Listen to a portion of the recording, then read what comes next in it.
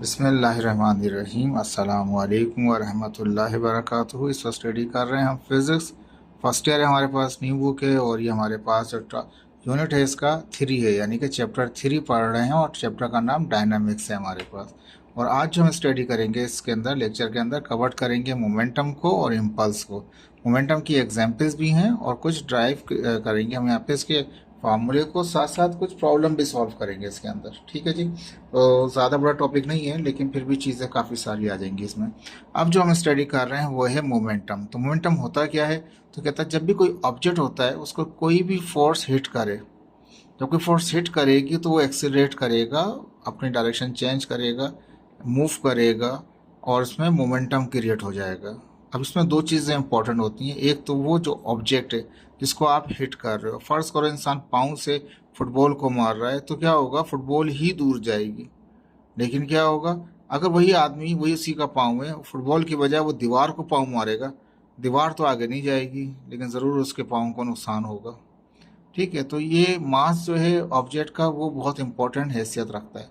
अगर मास छोटा है तो वो मोमेंट ज़्यादा कर लेगा हमारे पास, और अगर मास ज़्यादा है तो मोमेंटम उसके लिए ज़्यादा फोर्स चाहिए हमारे पास। ठीक है। इसी तरह से अगर हमारे पास वेलोसिटी है तो वेलोसिटी को भी चेक कर सकते हैं। अगर मास कम है तो वेलोसिटी इसकी ज़्यादा हो जाए, क्रिएट करेगा।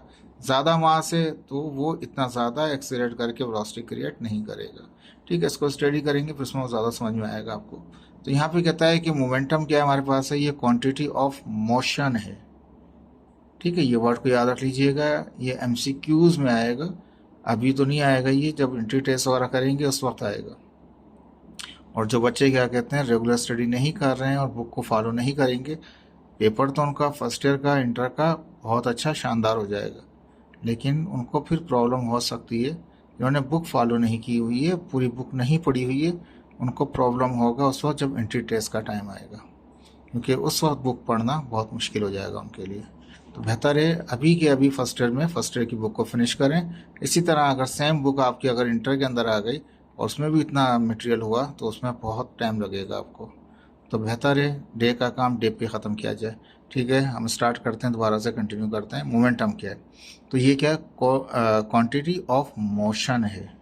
जब भी कहा जाएगा क्वांटिटी ऑफ मोशन और ऑप्शन में दिया हुआ है मोमेंटम और इम्पल्स, तो जब क्वांटिटी ऑफ मोशन की बात होगी तो वो मोमेंटम ही चेक किया जाएगा या उसको टिक लगाया जाएगा। ठीक है। तो कहता है कि जो क्वांटिटी होती है मोशन की या मोशनों की जो क्वांटिटी काउंट होती है हमारे पास किसी भी मूविंग ऑब्जेक्ट में, उसको मोमेंटम कहेंगे। ठीक है। अब ये इसको मैथमेटिकली किस तरह बोलेंगे इसी चीज़ को मैथमेटिकली इस तरह कहा गया, product of mass and the velocity of the moving object. Object तो मूविंग कर रहा है लेकिन उसके अंदर जो क्वांटिटी है मोशन की वो मास और वेलोसिटी हमारे पास है, इसका अर्थ मोमेंटम। तो उसका हम बोलेंगे मोमेंटम बोलेंगे। ठीक है। एक्सप्लेनेशन किस तरह से कहता है, consider an object has a mass m, उसका मास m है हमारे पास, and moving with the velocity of v, किस वेलोसिटी से मूव करता है, v से मूव करता है। Then it's momentum will be the p, जो उसका मोमेंटम होगा उसको हम p बोलेंगे, as shown in the figure. तो mass into velocity is called the momentum. यहाँ पे डेफिनेशन यही दी हुई थी कि मास और वेलोसिटी को मल्टीप्लाई करेंगे तो मोमेंटम आ जाएगा। ठीक है जी। अब मैंने वही चीज़ कही थी आपको कि अगर हम मास को ज़्यादा करेंगे, किसी भी ऑब्जेक्ट का मास ज़्यादा होगा और उसकी वेलोसिटी सेम हो, तो याद है जिसका मास ज़्यादा होगा उसका मोमेंटम भी ज़्यादा होगा। मोमेंटम से मुराद उसके लिए इतनी ही फोर्स ज़्यादा दरकार होगी। अगर किसी दो ऑब्जेक्ट हैं उनका मास सेम है लेकिन उनकी वेलोसिटी एक की ज़्यादा है, जिसकी वेलोसिटी ज़्यादा है तो उसको कंट्रोल करना या उसका जो मोमेंटम होगा हमारे पास वो ज़्यादा होगा। कंट्रोल करना है तो ज़्यादा फोर्स चाहिए होगी। तो ये दो चीज़ें ऐसी हैं, इसमें एक कांस्टेंट और दूसरी चीज़ मूव ज़्यादा है तो मोमेंटम भी एफर्ट बढ़ जाएंगे। तो ये जो मोमेंटम होता है ये एफर्ट्स होती हैं, यानी कि फोर्स कितनी एफर्ट की फोर्स लगाएंगे कि उसे कंट्रोल करें। हम एग्जाम्पल पढ़ेंगे उसमें और समझ में आ जाएगा। फिलहाल अभी इसी को अच्छी तरह से समझने की कोशिश करते हैं। तो मास और वेलोसिटी को हम कहते हैं मोमेंटम। फॉर्मूला नज़र आ गया आपको, ये एक सिंपल फिगर दिखा दी यहाँ पे, लेकिन यहाँ एक टर्म दे रखी है द क्वांटिटी ऑफ मोशन। तो मोशनों की जो क्वांटिटी है उसे मोमेंटम कहा जाता है। क्योंकि इम्पल्स में मैं इसी चीज़ को दोबारा रिपीट करूंगा, तो उस वक्त आप उसको याद रखिएगा कि क्वांटिटी ऑफ मोशन को मोमेंटम कहेंगे। ठीक है, momentum is the vector quantity, arrow नजर आ रहा है वो वेक्टर क्वांटिटी है, एंड इस direction is the same as the direction of the velocity. इसकी डायरेक्शन मोमेंटम की वही होगी जिस डायरेक्शन में ऑब्जेक्ट की वेलोसिटी है। ठीक है जी, एग्जाम्पल अब देखिए इसी फॉर्मूले को हम कैरी करेंगे दो एग्जाम्पल के अंदर, मास और वेलोसिटी से। अब एग्जाम्पल 1 में कहता है if a heavy truck and a car are moving on the highway, दोनों के दोनों कार और ट्रक दोनों हाईवे पे जा रहे हैं विथ सेम वेलोसिटी, यानी कि वेलोसिटी क्या उसकी सेम है। अगर यह ट्रक जो है वो 90 किलोमीटर पर आवर के स्पीड से आ रहा है, तो कार भी इसी 90 किलोमीटर पर आवर की स्पीड से जा रही है, यानी कि दोनों की वेलोसिटी सेम है, और वेलोसिटी का मतलब डायरेक्शन भी सेम है, एक ही सिंक में जा रहे हैं दोनों के दोनों, लेकिन दोनों का जो वेलोसिटी है वो कांस्टेंट है, फिक्स है, जितनी ट्रक की है इतनी ही कार की है। अक्सर होता है ना, 90 की स्पीड से जा रहे हैं, कार भी 90 की स्पीड से जा रही है। अब कार का जो मास होगा वो तो कम होगा, ट्रक का तो बहुत बड़ा, ट्रक तो हेवी होते हैं भाई साहब, ट्रक का तो हेवी हो जाएगा। तो अब यहाँ पे क्या है, मास हमने वेरी कर दिया, लेकिन स्पीड दोनों की कांस्टेंट है, ये भी 90 की स्पीड से जा रहा है ट्रक, और कार भी हम ये कह लें वो 90 की ही स्पीड से जा रही है। अब देखें आगे कहता है क्या, heavy truck has more momentum, जो ट्रक जो भारी है उसका मोमेंटम ज़्यादा होगा एज कम्पेयर टू कार। कहता है कार के मुकाबले में ट्रक का मोमेंटम ज़्यादा होगा। कहता है क्यों, इसलिए कि मास जो ट्रक हैवी ट्रक का है वो ज़्यादा है कार के मुकाबले में।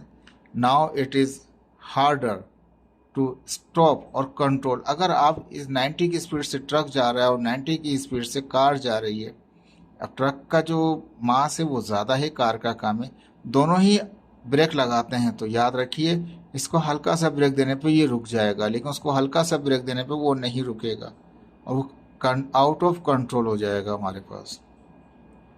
तो ठीक है, अगर उसको रोकना है तो उसके लिए ज़्यादा ही आपको फोर्स चाहिए होगी।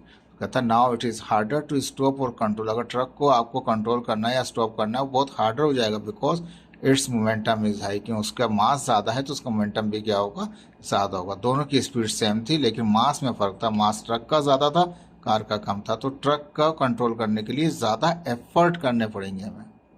ठीक है, दूसरी एग्जाम्पल कहता है इफ़ टू कार्स, ये ट्रक और कार की कहानी थी। अब कहता है दो हमारे पास कार हैं, दोनों ही हाईवे पे जा रही हैं, दोनों कार में कहता है कि बोथ है इक्वल मास। जाहिर बात है अगर ये भी करोला 2D है हमारे पास, तो दूसरी कार भी करोला 2D है, या वो एक कार OD है दूसरी भी OD है, सेम सेम मॉडल है, सेम सेम ब्रांड है उनका, सब चीज़ें ठीक है। दो कार इक्वल ब्रांड की इक्वल मास की एक ही जैसी वो मूव कर रही हैं हाईवे के ऊपर, बोथ है इक्वल मास, दोनों का मास क्या है वो इक्वल है, but different velocity. Different velocity कैसे, मास तो दोनों का सेम ही है लेकिन वेलोसिटी एक जा रहा है 90 की स्पीड से और एक जा रही है कार 50 की स्पीड से। ठीक है, मास दोनों का क्योंकि सेम ब्रांड है सेम मॉडल है, कोई फर्क नहीं है, कोई वजन में फर्क हो जाए तो दोनों का क्या है, मास सेम है उनका, लेकिन वेलोसिटी में एक हमारा फर्ज कर लिया हमें 90 से जा रही है और दूसरी वाली जो है वो 50 से जा रही है। तो कार विच है हाई, जिसकी स्पीड जो हाई हो या हायर वेलोसिटी हो, जो कार जिसकी जो 90 वाली स्पीड है वो हाई है और या हायर कह लें उसको आप, हैव द हाई और हायर मोमेंटम, उसका हाई और हाई से ज़्यादा मोमेंटम बन जाएगा as compare to the car other car, दूसरी कार के मुकाबले में। दूसरी कार जाहिर बात है उसका स्पीड कम है, वो 50 है फर्ज कर रहे हैं, और एक की 90 है, जिसकी स्पीड ज़्यादा है तो उसका क्या होगा, मोमेंटम भी ज़्यादा हो जाएगा, उसको कंट्रोल करना मुश्किल हो जाएगा। दो कार सेम सेम मास की है लेकिन स्पीड ज़्यादा है, जो ज़्यादा स्पीड वाली है उसको कंट्रोल करना मुश्किल होता है, उसको कंट्रोल करने के लिए ज़्यादा एफर्ट करने पड़ेंगे। कहता है मीन्स हाई और higher momentum car need more effort, ज़्यादा एफर्ट की जरूरत पड़ जाएगी टू कंट्रोल और स्टॉप द कार, कार को कंट्रोल करने के लिए या कार को स्टॉप करने के लिए। ठीक है जी, दोनों एग्जाम्पल हो गए। यूनिट कहता है मोमेंटम का क्या है, तो कहता है SI सिस्टम में जो यूनिट होता है वो न्यूटन सेकंड होता है मोमेंटम का। ठीक है, या दूसरे अल्फाज में कहते हैं 1 न्यूटन सेकंड बराबर होता है 1 kg और मास पर सेकंड। अब देखिए मोमेंटम हमने क्या निकाला था वहाँ पे, मास इंटू वेलोसिटी था, मास क्या होगा kg, ये क्या हो जाएगा मीटर पर सेकंड। अब यहाँ पे हमने वो लिखा कि यूनिट जो होगा SI सिस्टम में वो न्यूटन से N for Newton, S for second ये भी होता है, या हम kg मीटर पर सेकंड भी कह सकते हैं। सेंटीमीटर ग्राम सेकंड में क्या होता है, डाइन सेकंड होता है हमारे पास। FPS में फुट पाउंड सेकंड के अंदर क्या होता है, पाउंड सेकंड होता है हमारे पास। ठीक है, तीनों में बता दिया है। हम इसको इस्तेमाल करेंगे, ज़्यादातर हम kg मीटर पर सेकंड रखेंगे। अगर NS लिखेंगे तो वो भी चलेगा आपका। डायमेंशन क्या है इसकी मोमेंटम की, तो ज़ाहिर बात है वो मास है, मास का m हो जाएगा, मीटर का l हो जाएगा, टाइम का t होगा, लेकिन t ऊपर चलेगा तो माइनस का हो जाएगा। ये मैंने पहले भी सिखा रखी थी आपको। अब कहता है फाइनली ऑब्जर्वेशन क्या होगी मोमेंटम के लिए। कहता है ग्रेटर एफर्ट्स या effort is required to stop the object if it possess either greater mass और अ ग्रेटर वेलोसिटी। कहता है जब कोई ऑब्जेक्ट है उसका या तो मास ज़्यादा है या उसकी वेलोसिटी ज़्यादा है, तो उसको कंट्रोल करने के लिए, स्टॉप करने के लिए हमें ग्रेटर बड़े एफर्ट करने पड़ेंगे, फिर जाके वो कंट्रोल होगी गाड़ी। अक्सर जो एक्सीडेंट होते हैं कारों के वो हाई स्पीड की वजह से जाते हैं, क्योंकि वो स्पीड उससे कंट्रोल ही नहीं होता। इतने एफर्ट कार के ब्रेक वगैरह नहीं करते कि वो रुक जाए। नतीजा क्या आता है, वो जाके हिट कर देता है कहीं पे।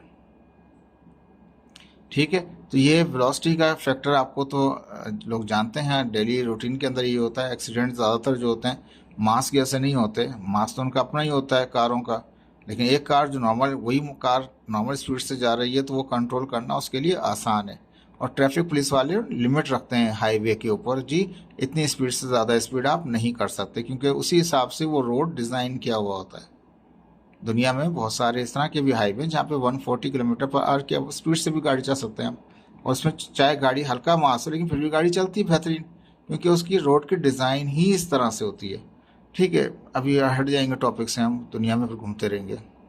ठीक है, अब यहाँ बात कर रहे हैं फाइनल्स की। क्या है हमारे पास फाइनली ये है कि अगर मास ज़्यादा है किसी ऑब्जेक्ट का तो उसके लिए ज़्यादा एफर्ट करने पड़ेंगे उसको रोकने के लिए या कंट्रोल करने के लिए, या अगर उस ऑब्जेक्ट की वेलोसिटी ज़्यादा है तो क्या करना पड़ेगा, तब भी आपको ज़्यादा एफर्ट करना पड़ेगा। कोई भी एक चीज़ ज़्यादा हो गई तो ग्रेटर एफर्ट वहाँ रिक्वायर्ड होंगे वहाँ पे। ये था मोमेंटम। अब मैंने एक सवाल थोड़ा सा और बना दिया इसमें, define the Newton second law of motion. Newton का जो सेकंड लॉ ऑफ मोशन है in term of linear momentum. देखिए मोमेंटम हमारे पास दो किस्म के हैं, एक लीनियर है और एक एंगुलर है, सर्कुलर है हमारे पास। हम सर्कुलर की स्टडी नहीं कर रहे हैं यहाँ पे, हम सिर्फ लीनियर की बात करें। लीनियर का मतलब सीधे एक रोड पे, सीधी एक लाइन में क्या कहते हैं, जो ऑब्जेक्ट मूव कर रहा है, जो पार्टिकल मूव कर रहा है सीधे स्ट्रेट लाइन के अंदर, ऐसे वाले को हम लीनियर मोमेंटम कहते हैं। तो लीनियर मोमेंटम के अंदर सेकंड लॉ का क्या रोल है, तो ठीक है, अभी तक ऊपर कोई कहानी नहीं थी, सेकंड लॉ की अब है। Consider an object of with a mass m, एक ऑब्जेक्ट उसका मास m है, when multiple forces are applied on it, जब उसके ऊपर एक से ज़्यादा फोर्स लग रही हों, इट विल एक्सीलरेटेड, या दूसरे लफ्ज़ में कह लें अनबैलेंस, जब फोर्स उस पर लग रही हों। देखें प्रीवियस लेक्चर में मैंने बैलेंस और अनबैलेंस का बताया था, ठीक है ना। तो मल्टीपल फोर्सेस भी कह सकते हैं आप, अनबैलेंस फोर्स भी कह सकते हैं। जब उस पर कोई अनबैलेंस फोर्स लगती है तो क्या होगा, वो एक्सीलरेट करता है। बैलेंस फोर्स लगती है तो ऑब्जेक्ट एक्सीलरेट नहीं करता, अनबैलेंस फोर्स लगती है तो ऑब्जेक्ट एक्सीलरेट करता है, तो इट विल एक्सीलरेटेड, क्योंकि मल्टीपल फोर्सेज हैं और दूसरे अल्फाज में अनबैलेंस फोर्स हैं, चाहे तो ब्रैकेट में करके लिख सकते हैं अनबैलेंस फोर्सेज एक्ट कर रहे हैं, तो एक्सीलरेशन जनरेट हो रहा है in the direction of net force, जो टोटल फोर्स निकलेगी सारी फोर्सों की।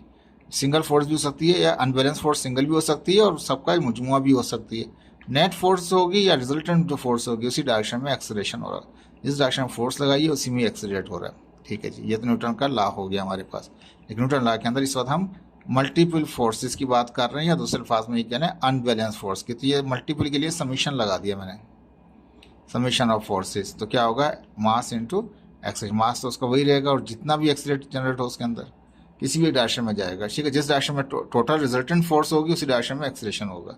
ठीक है जी, एक्सीलरेशन क्या होता है, वो हमारे पास होता है dv/dt, यानी कि ये एक्सीलरेशन होता है rate of change of velocity. Rate of change of velocity को हम एक्सीलरेशन कहते हैं, और वेलोसिटी क्या होता है, वो rate of change of displacement होता है। ठीक है, तो ये पीछे पढ़ चुके हैं आप लोग। तो एक्सीलरेशन के लिए जगह हम रख सकते हैं dv/dt, यानी कि rate of change of velocity with respect to time. ठीक है, तो a बराबर हो जाएगा किसके, वेलोसिटी डिवाइड बाय टाइम के। अभी जिन बच्चों ने मैथ में डेरिवेटिव नहीं किए हैं उनके लिए सिर्फ इतना ही है, और जो मेडिकल के स्टूडेंट हैं वो नहीं करेंगे, तो उनके लिए सिर्फ इतना ही समझ लें कि वेलोसिटी जो होगा एक्सेलेरेशन बराबर होता है वेलोसिटी अपॉन टाइम के, तो डी ऊपर भी लगाइए और डी नीचे भी लगाइए। ठीक है, जो मैथमेटिक्स के स्टूडेंट्स हैं वो इसको एज अ डेरिवेटिव पढ़ेंगे, तो रेट ऑफ चेंज निकालेंगे आप वेलोसिटी का विथ रिस्पेक्ट टू टाइम, इसको इस तरह मैथमेटिकल टर्म में भी कह सकते हैं आप इसको। तो एक्सेलेरेशन बराबर होता है D V by D T के, ये कर लीजिए। जो मेडिकल के स्टूडेंट हैं, जो इंजीनियरिंग के हैं, वो इस तरह पढ़ेंगे इसको, derivative of velocity with respect to time. ठीक है जी, तो ये आ गया हमारे पास। अब क्या होगा, ये एक मास और ये एक्सेलरेशन दोनों का जो मल्टीप्लिकेशन, मास इंटू वेलोसिटी, वो मोमेंटम कहलाता है। तो अब यही चीज़ जो है मल्टीप्लिकेशन जो है इन दोनों की, इन दोनों का मल्टीप्लिकेशन है वो कहलाएगा रेट ऑफ चेंज से है, तो वो भी rate of change of momentum, rate of change of velocity था, तो क्या होगा rate of change of momentum, वो विद रिस्पेक्ट टू टाइम था, तो ये भी विद रिस्पेक्ट टू टाइम हो गया इंजीनियरिंग के स्टूडेंट को। मेडिकल के स्टूडेंट के लिए क्या है, याद रख लीजिए कि ये D V by D T था हमारे पास, तो मास इंटू वेलोसिटी क्या हो गया, मोमेंटम हो गया। डी ऊपर भी आएगा, डी नीचे भी आएगा, यानी कि ये दूसरे फाज में वो ये कह लें कि ये वेलोसिटी को जब भी हम मल्टीप्लाई करते हैं किसी भी ऑब्जेक्ट के साथ तो मोमेंटम बन जाता है, तो मोमेंटम का चेंज और टाइम का चेंज के साथ डिवाइड करते हैं, तो momentum change divide by change in time is called the force. ठीक है, तो अभी हम चले गए मोमेंटम में, लेके आ गए किसको, न्यूटन के सेकेंड लॉ को। ठीक है जी, therefore change in an object, object's momentum, जो ऑब्जेक्ट्स मोमेंटम का जो ऑब्जेक्ट का जो मोमेंटम है, मोमेंटम तो ये रहा, तो उसका चेंज का मतलब डेल्टा लगा दिया, डी लगा दिया छोटा सा, ऐसे डेल्टा आता है लेकिन यहाँ पर डी लगा हुआ है रेट ऑफ चेंज के लिए। तो ये चेंज है हमारे पास, divide by the time interval, time interval से डिवाइड करें तो बराबर होता है to the net force acting on it, जो उस पर फोर्स लग रही है, इसको क्या बोल रहे हैं, नेट फोर्स, इसको नेट फोर्स भी कह सकते हैं। ये चेंज इन मोमेंटम है और वो क्या है, टाइम इंटरवल है हमारे पास, डी टी। ठीक है जी, नेट फोर्स अपनी जगह पर, चेंज इन मोमेंटम को डेल्टा से जाहिर करते हैं। ठीक है, ये डी के हिसाब से दिखा रहे थे लेकिन यहाँ पर एफ डिफरेंस मुताबिक क्या कर दिया हमने, डेल्टा कर दिया इसको। डेल्टा होता है change in momentum, change in time था या टाइम इंटरवल था, चेंज इन टाइम हो गया बस, वो डी में रखे थे या डेल्टा में रख दिया हमने, वो मैथ की टर्म में था, यहाँ पर चेंज की टर्म के अंदर है। ठीक है, तो नेट फोर्स बराबर आ जाएगी किसके, मोमेंटम को डिवाइड करें टाइम से। अगर मोमेंटम निकालना होगा तो डिवाइड यहाँ डिवाइड कर रहा है, टाइम यहाँ डिवाइड कर रहा है, तो टाइम वहाँ जाकर मल्टीप्लाई कर देगा, तो डी पी डेल्टा पी बराबर हो जाएगा फोर्स इंटू टाइम के बराबर हो जाएगा, अगर मोमेंटम मालूम करना होगा फोर्स और टाइम के टर्म के अंदर। ठीक है जी, ये इस्तेमाल करूँगा फार्मूला में, अभी कुछ प्रॉब्लम्स कराऊँगा इसमें आपको। ठीक है, तो याद रख लीजिएगा, मोमेंटम को डिवाइड करेंगे हम टाइम से तो वो आता है फोर्स के बराबर, मोमेंटम बराबर आ जाएगा किसकी, जब फोर्स को मल्टीप्लाई करते हैं टाइम के साथ, टाइम का मल्टीप्लाई हो जाएगा। ठीक है, अब यहाँ टॉपिक आ गया इम्पल्स। अभी जो ऊपर टॉपिक डेफिनेशन पढ़ी थी तो उसमें हमने कहा था क्वांटिटी ऑफ मोशन कहा था, क्वांटिटी ऑफ मोशन कहा था ऑफ द मूविंग ऑब्जेक्ट। ठीक है, तो उसको कहा था हमने मोमेंटम कहा था। लेकिन अगर क्वांटिटी ऑफ फोर्स टाइम का था multiply, force time the time interval, force को मल्टीप्लाई करें टाइम के साथ, उसका जो क्वांटिटी है किसी मूविंग ऑब्जेक्ट का, वो कहलाता है इम्पल्स। ठीक है, दोबारा पढ़ देता हूँ। तो कहता है जो क्वांटिटी है किसका, फोर्स का टाइम के साथ मल्टीप्लिकेशन है जो है हमारे पास, फोर्स और टाइम का मल्टीप्लिकेशन जो है वो इम्पल्स कहलाता है, ये भी कह सकते हैं। तो प्रोडक्ट की हमारे पास है नेट फोर्स एफ है हमारे पास, टाइम इंटरवल डेल्टा टी है हमारे पास, इसका अर्थ है इम्पल्स, इसको हम इम्पल्स कहते हैं, जे से जाहिर कर रहे हैं। एक्सप्लेनेशन क्या है, consider an object is exerting the force F, कोई ऑब्जेक्ट है जिसके ऊपर force, an object is exerting the force F, यानी कि व्हेन इसको थोड़ा चेंज कर लेते हैं, एक मिनट। ठीक है जी, मैंने इसको चेंज कर दिया यहाँ पे, मैंने ये कर दिया कंसिडर द फोर्स, यानी कि एफ जो फोर्स है is exerting on the object.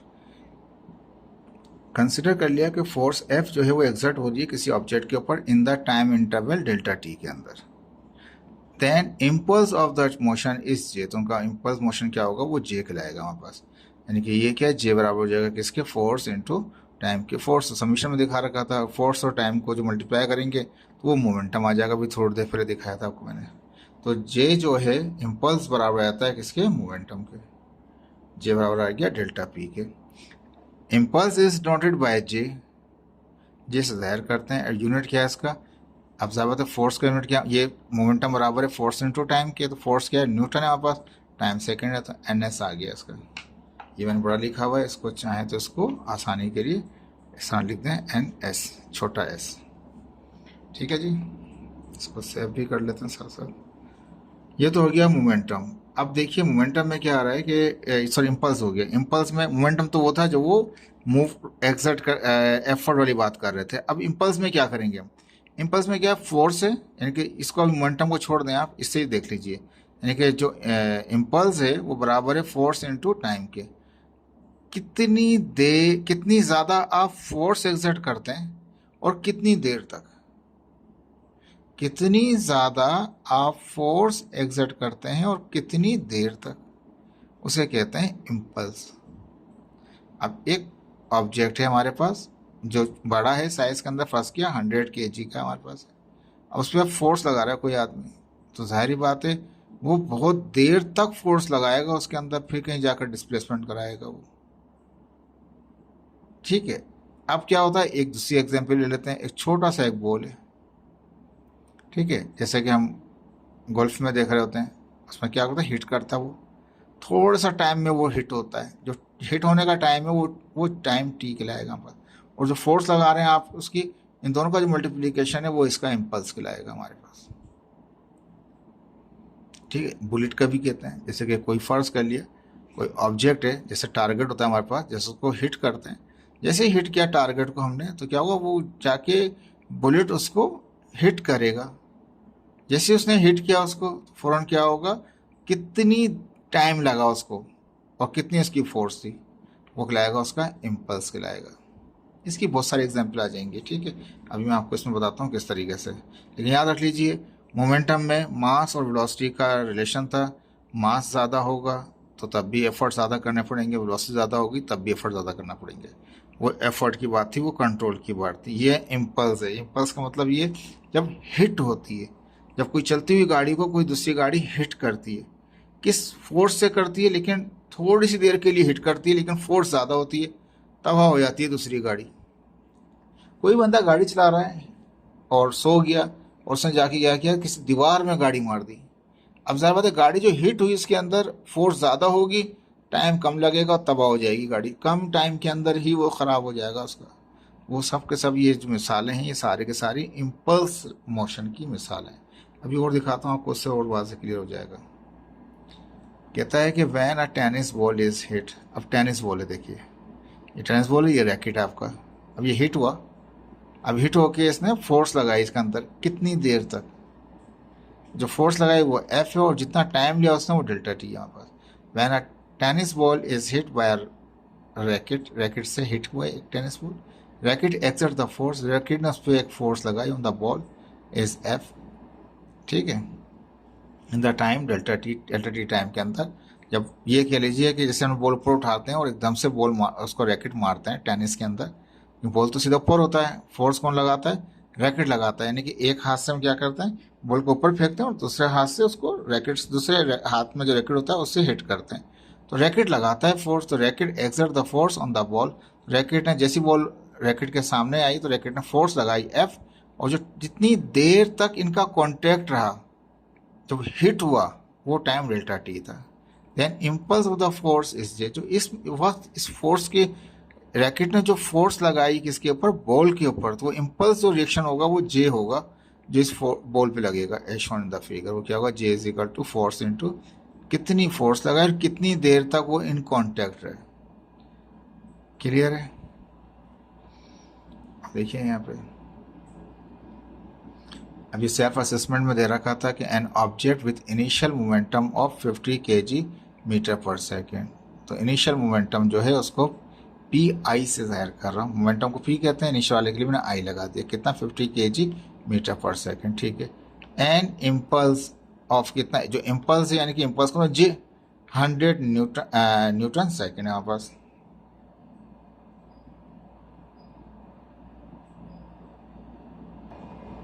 ठीक है जी, यहाँ पे क्या हुआ, थोड़ा फोकस आउट हो गया था इसका।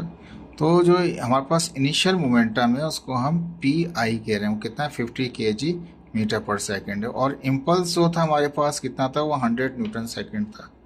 ठीक है, वो 100 न्यूटन पर सेकेंड है। फाइंड इट्स फाइनल मोमेंटम, बताइए इसका फाइनल मोमेंटम क्या होगा। इनिशियल है तो फाइनल भी था मेरे पास।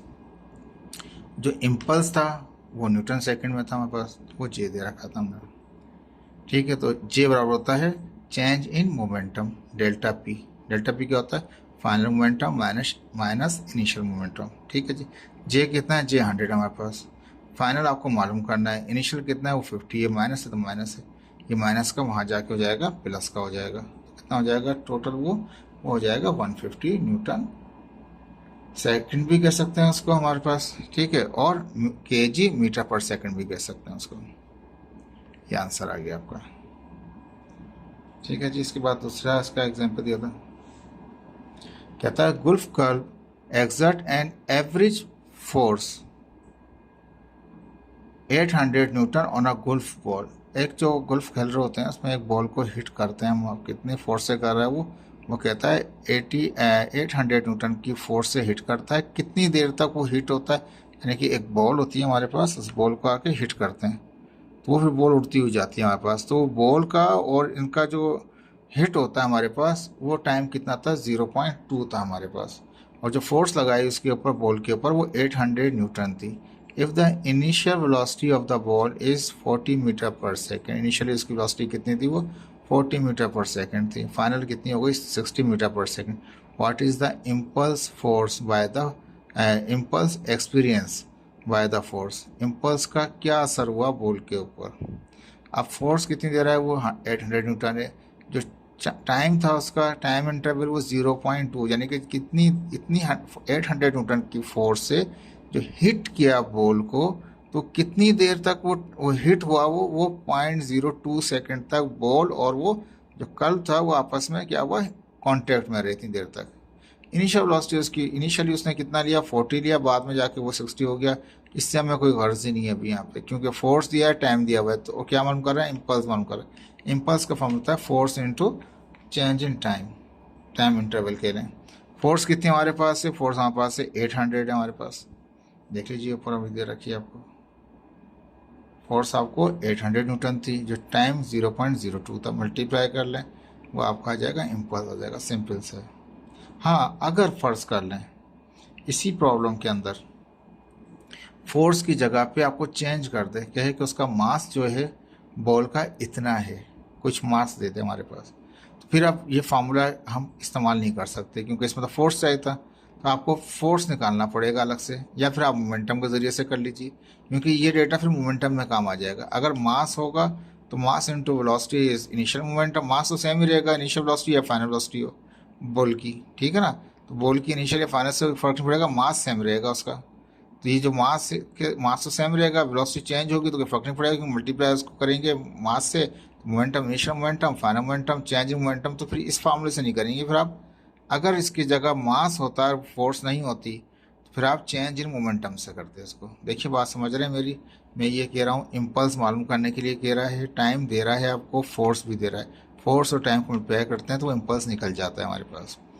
अब अगर ये पेपर के अंदर इसको स्किप कर दे, फोर्स के बजाय बोले कि बॉल है उसका मास जो है वो 0.00 समथिंग हमारे पास केजी है।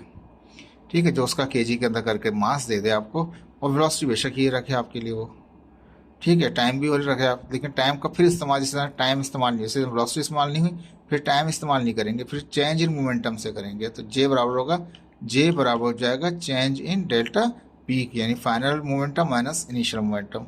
तो एम बाहर रह जाएगा और final velocity minus initial velocity आ जाएगी, वेलोसिटी इस्तेमाल हो जाएगी, मास सेम रहेगा दोनों के लिए। तो ये चेंज कर सकते हैं सवाल को, लेकिन अगर हम यहाँ पे मास दे दें तो ये पेपर में आ सकता है सवाल आपका, और ये सवाल दिया जा सकता है, आसान है, मुश्किल भी नहीं है। ठीक है, यहाँ पे हमारे पास एग्जाम्पल आ गई, वर्क सॉल्व एग्जाम्पल दी हुई है बुक में हमारे पास। वर्क एग्जाम्पल 3.2 है, हॉकी पक विद मास। हॉकी पक किसे कहते हैं? हमें जैसे बर्फ़ होता है हमारे पास, बर्फ़ के ऊपर हम हॉकी खेल रहे होते हैं।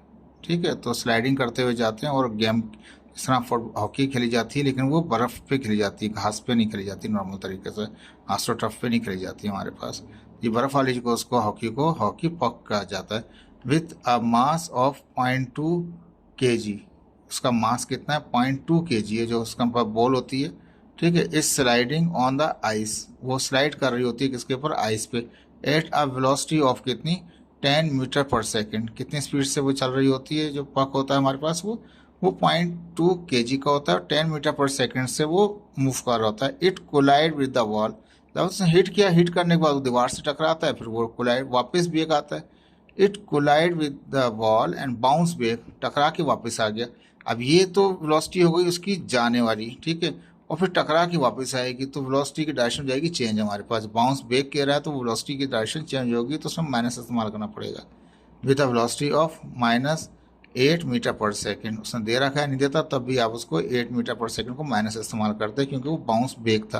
यानी कि ये जैसे बॉल गई जाके, बॉल तो है नहीं, ये पक है हमारे पास, पक गया, जाके टकराया दीवार से और वापस आया। जाते वक्त की वेलोसिटी कितनी है, 10 मीटर पर सेकेंड है। दीवार से टकरा के जब वापस आएगा, जैसे यहाँ पे देख लीजिए, अगर यहाँ पे गया टकरा के वापस आएगा, तो वापस आएगा तो वो 8 मीटर पर सेकेंड है, लेकिन जो वापस आएगा बैक वाला वो माइनस में होगा। द कोलिजन लास्ट 4.1 सेकेंड, इसने जाके पक ने, जो छोटा स्लाइडिंग होता है हमारे पास, उसने जाके जब टकराया इससे, जैसे बॉल की जगह इस्तेमाल करते हैं उसको, जब वो टकराया तो कितनी देर कांटेक्ट में रहा, वो 0.1 सेकेंड तक रहा। उसके बाद वो बाउंस बैक हुआ। तो ये टाइम दे रहा है उसका, डेल्टा टी दे रहा है आपके पास, ये एम दे रहा है, मास दे रहा है आपको, ये वेलोसिटियाँ दे रहा है। जैसे मैं पहले कहा था ना आपको, वो पहले उसने फोर्स दे दी थी हमारे पास, ठीक है ना। अगर वो फोर्स नहीं देता, मास दे रहा है और वेलोसिटियाँ दे रहा है और टाइम दे रहा है आपके पास। तो calculate the impulse experience by the hockey पक।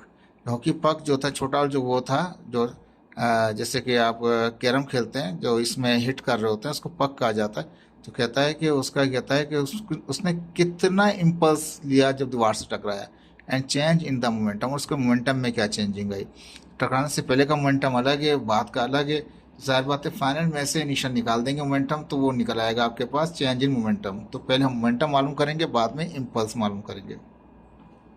मास कितना था पक का, वो था 0.2 kg, ठीक है। इनिशियल वेलोसिटी कितनी थी, 10 मीटर पर सेकेंड थी हमारे पास, ठीक है। और जो फाइनल वेलोसिटी होगी बाउंस बैक वाली, वो माइनस में हो जाएगी। मैंने लिखा बाउंस बैक, वो बाउंस बैक वाली वेलोसिटी क्या होगा, V F equal to -8 metre per second, ठीक है जी। अब टाइम जो दे रहा था उसका 0.1 दे रहा हुआ था, उसने कहा था मोमेंटम मालूम कीजिए, इम्पल्स। पहले इम्पल्स कह रहा बाद मोमेंटम, तो इम्पल्स नहीं होगा, पहले मोमेंटम मालूम करेंगे तो फिर हम इम्पल्स मालूम कर सकते हैं। तो मैंने लिखा पहले मोमेंटम मालूम करेंगे, बाद में हम क्या मालूम करेंगे, इम्पल्स। तरतीब उसने गलत दे रखी थी, ठीक है जी। अब मोमेंटम मालूम करने के लिए हमें ज़रूरत है, इनिशियल वेलोसिटी है तो इनिशियल मोमेंटम निकलेगा, फाइनल वेलोसिटी है तो उसका फाइनल निकलेगा। फिर चेंज मोमेंटम कैसे निकलेगा, फाइनल मोमेंटम में से इनिशियल मोमेंटम निकाल देंगे। तो पहले निकालते हैं इसका initial momentum P I, mass into initial velocity V I. Mass कितना है 0.2, मास तो सेम रहेगा, दोनों के लिए सेम रहेगा ये मास, ठीक है। वेलोसिटी इनिशियल कितनी है 10, मल्टीप्लाई किया 2 आ गया हमारे पास kg मीटर पर सेकेंड। इसी तरह से हम फाइनल का निकाल लेंगे, तो मास इंटू फाइनल वेलोसिटी, मास तो दोनों का ही कांस्टेंट था, 0.2 था, उसमें 0.2 सेकेंड वेलोसिटी कितनी थी, -8 था हमारे पास, मल्टीप्लाई किया तो माइनस का 1.6 kg मीटर पर सेकेंड। अब सवाल के मुताबिक, सवाल में कहा था चेंज इन मोमेंटम बताइए। चेंज इन मोमेंटम मतलब होता है final momentum minus initial momentum. Final कितना है, वो माइनस का 1.6 है। इनिशियल कितना है, वो 2 है, लेकिन ये माइनस है तो माइनस ही लिखा जाएगा, माइनस का 2, दोनों ही माइनस के तो माइनस रहेगा, जमा हो जाएंगे 3.6। देखें ये मोमेंटम माइनस में आया था तो माइनस लिख दिया, फार्मूले का माइनस लगाया, और ये प्लस में था लेकिन प्लस ही रहेगा, लेकिन ये फार्मूले का माइनस है तो माइनस लिखा जाएगा, माइनस कॉमन रहेगा और दोनों ऐड हो जाएंगे, 3.6 kg metre per second. Momentum आ गया। अब हम जानते हैं जितना मोमेंटम होता है हमारे पास, इतना ही उसका क्या होता है, इम्पल्स होता है उसका, ये उसका इम्पल्स है उसका, ठीक है जी। ईजी है, मैं समझता हूँ समझ में आया होगा आपको। मोमेंटम, इम्पल्स, ये मुश्किल नहीं थे, ये आसान थे, इसको समझने की कोशिश कीजिए। तो लेक्चर को एक बार रिपीट करके भी सुन लीजिए, आपको इजी हो जाएगा, आपको समझ में आ जाएगा। अगर कोई चीज़ पूछना चाहें तो कमेंट्स कर सकते हैं, अपने दोस्तों को शेयर करें ताकि वो लोग भी इजीली इसको पढ़ सकें और इसको एक दूसरे की हेल्प करके आगे बढ़ें इसके अंदर। ओके जी, अल्लाह हाफिज़, अपना ख्याल रखिएगा।